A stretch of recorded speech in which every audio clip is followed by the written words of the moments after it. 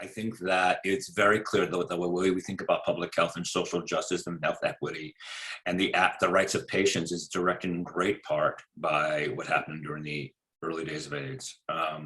So I think that that whole perspective on disparities and inequity, which unfortunately continues to exist, right? We haven't even solved it, has its roots in that.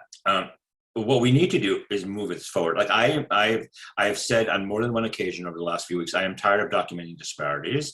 I want there to be, let's just make things be equal. Let's achieve equity, right? We know that Black folk are more likely to die of COVID-19. That's horrifically awful. What are we doing about it?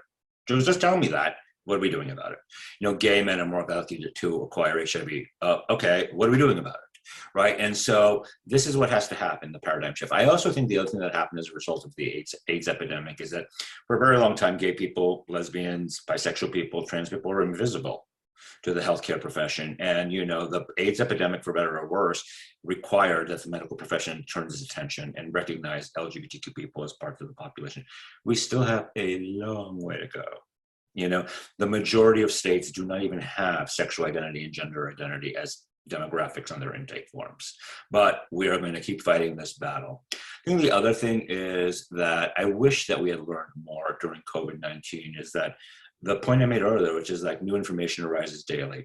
So I wrote a piece a few months ago where I compared the toilet seats of the 80s to the plastic supermarket bags of the current time, right? It's like, oh, I'm going to get HIV from a toilet. Oh, I'm going to get COVID from a plastic bag from a supermarket.